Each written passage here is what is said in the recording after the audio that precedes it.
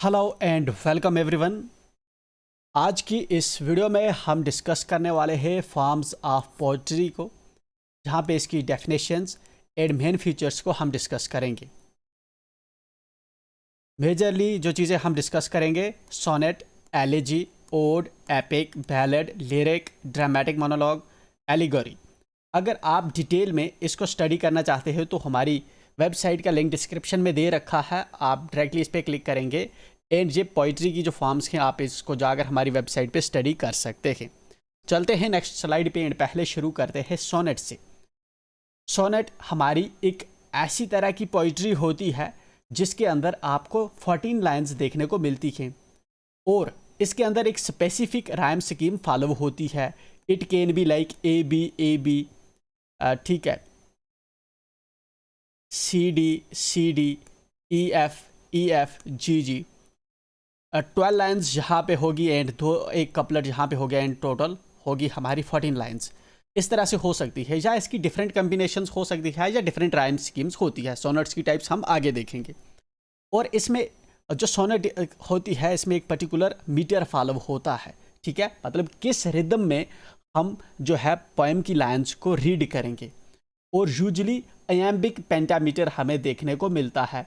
अयम्बिक एक वर्ड है, इसका मतलब होता है, ये एक सेलेबल्स की टाइप है, राइट, सेलेबल्स की टाइप है।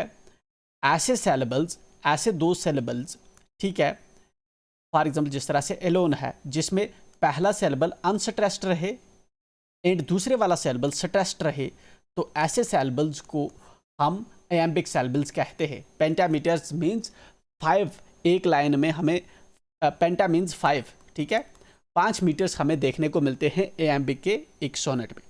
सोनेट इटालियन वर्ड सनीटो से ड्राइव हुआ है एंड सोनेट का मतलब होता है लिटिल सॉन्ग या स्मॉल लिरिक। वही फीचर्स हमने जहाँ पे रिपीट कर दिए हैं। 14 लाइन्स हैं, एम्बिक पेंटामीटर है, 10 सेलेबल्स एक लाइन में देखने को मिलते हैं, स्पेसिफिक राइम स्कीम्स होती है। और टर्न इन थॉट मतलब वोल्टा इन थॉट हमें जो है इस पोएम को रीड करते हुए देखने को मिलेगा। जहाँ पे अयम्बिक पेंटामीटर की डेफिनेशंस हमने दे रखी है और इसकी एग्जांपल भी हमने शेक्सपियर की पोएम में से एक ली गई लाइन है। आप इस लाइन को देख सकते हैं, shall I compare thee to a summer's day. 10 syllables हैं इसके अंदर एंड जहाँ पे आप देखेंगे तो ये 10 सेलेबल्स इसका ब्रेकअप है। ये जिस तरह से शैल अनस्ट्रेस्ड है, आई जो है स्ट्रेस्ड है, तो ये एक अयम्बिक बन गया, अयम्बिक बन गया, ठीक है। तो इस तरह से आप देखेंगे टोटल 10 अयम्बिक्स आपको यहाँ पे देखने को मिलेंगे, मतलब 5 मीटर्स, ठीक है। पेंटामीटर का जो है ट्रेडिशन आपको सोनेट की राइटिंग्स में देखने को मिलती है। स्ट्रक्चर एंड अगर राइम स्कीम की हम बात करें तो जो इंग्लिश सोनेट्स हैं उनमें A B C D E F G करके राइम स्कीम देखने को मिलती है एंड इटालियन में A B A C D E rhyme scheme हमें देखने को मिलती है। सोनेट की टाइप्स देखें तो इटालियन या पेट्रार्चन सोनेट होती है, शेक्सपियरियन होती है, स्पेंसरियन होती है हमारे पास, देन मिल्टोनिक सोनेट होती है, टेर्जारेमा होती है एंड कटल सोनेट होती है।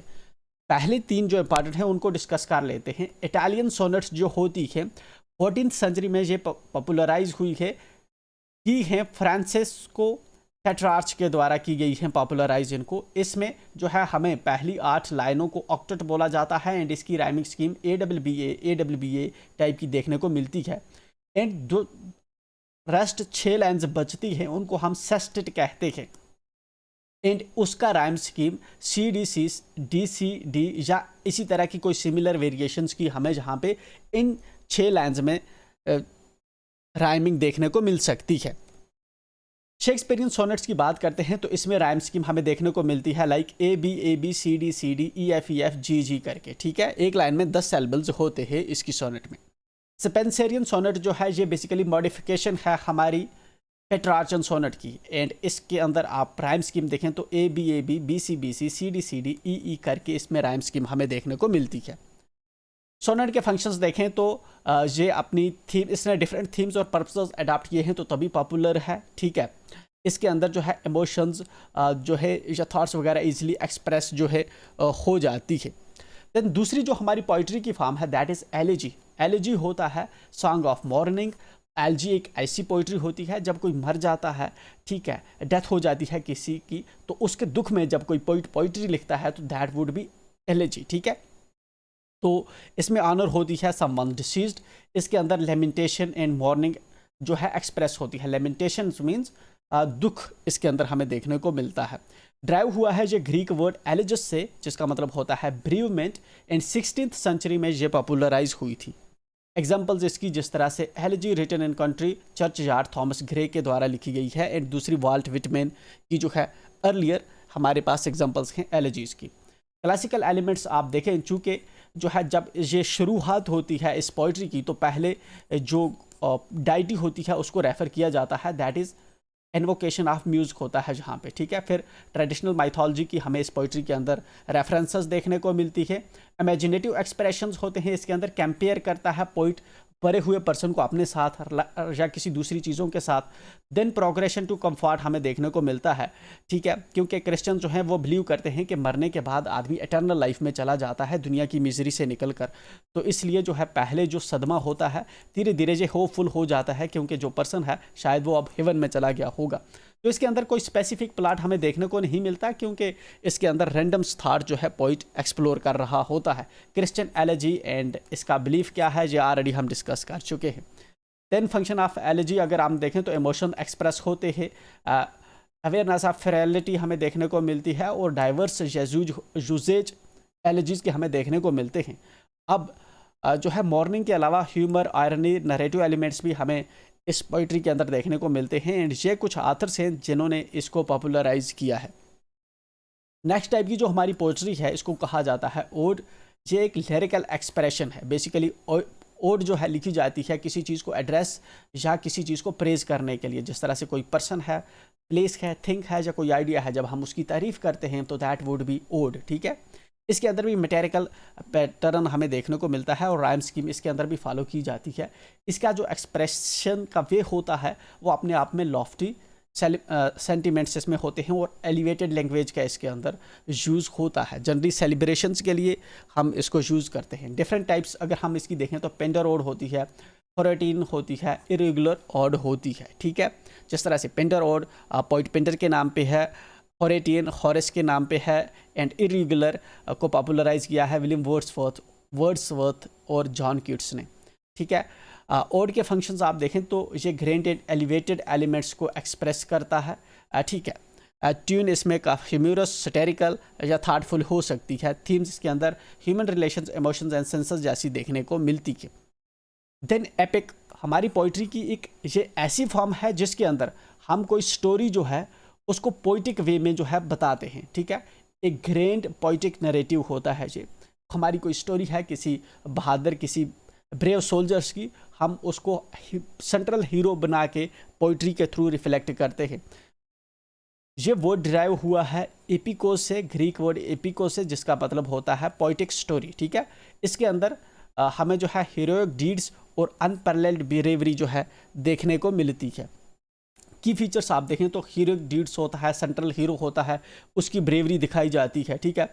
एंड उसके साथ उस सेंट्रल हीरो के साथ सुपर नेचुरल फोर्सेस अटैच की जाती है, ठीक है। जो लैंग्वेज का यूज़ होता है ग्रेंडियर लैंग्वेज और नरेशन का यूज़ किया जाता है, और इसके अंदर भी इन्वोकेशन ऑफ मूज से शुरुआत होती है, ठीक है इसकी।